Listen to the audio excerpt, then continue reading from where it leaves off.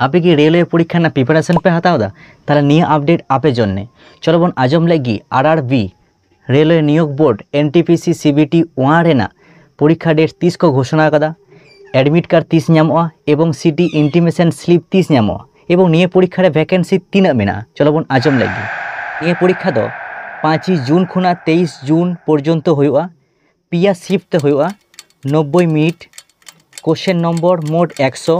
GK तहन कना 40 math तहन कना 30 रिजनिंग 30 निये परीक्षा रे मोट वैकेंसी खाली मेना 11,558